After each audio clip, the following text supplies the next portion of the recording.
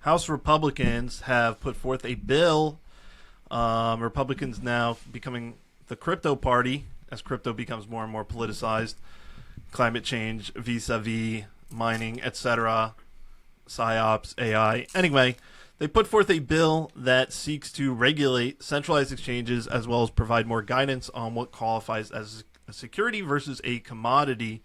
Obviously, a very important thing when you're thinking about crypto assets. Are they securities? Are they commodities? Commodities, obviously, you can list on your centralized exchange a lot easier.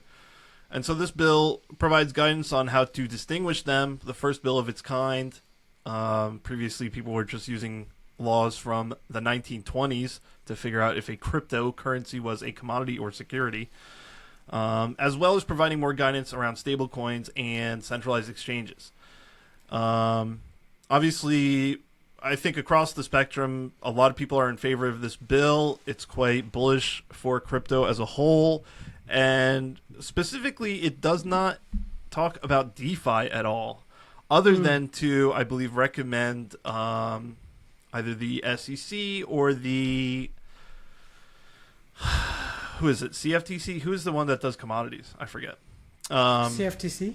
Yeah, CFTC to conduct studies on DeFi and issue a report in 6 months or something like that. Anyway, it's not been passed or anything, but it's pretty legitimate. I highly recommend people check it out. It also includes a helpful 1-page as well as 10-page summary. So, yeah.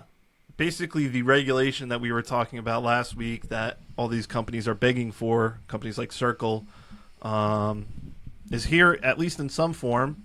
Obviously, things will change, whatever. Will it get through? Probably not, but it's definitely a step in the right direction. And for me in particular, I think it's quite interesting that it continues to cement Republicans as pro-crypto.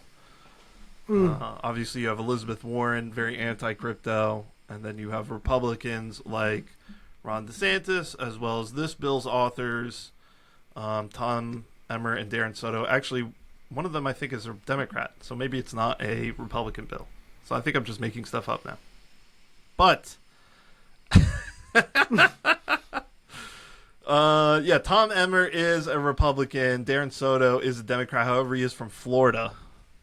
So anyway, yeah, figuring out all those ICOs, what the hell they are. Also, there's language in there that talks about how a kind of ICO type of project has a certain time frame to become decentralized so that it can continue to qualify as a commodity under token agreements like, say, SAFTs and things like that.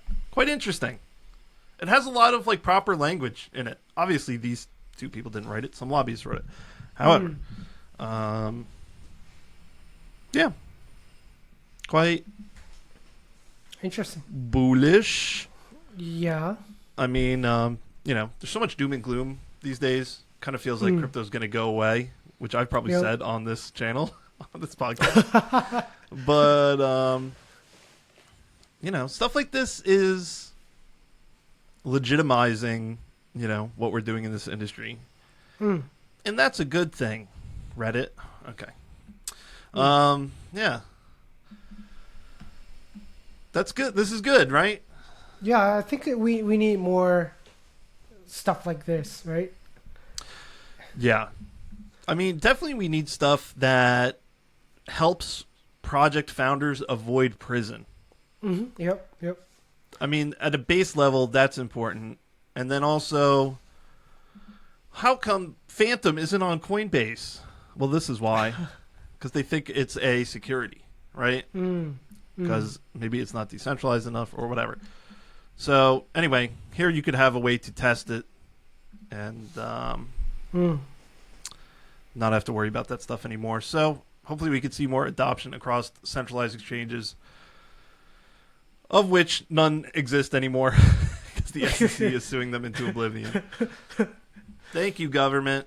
Thank you.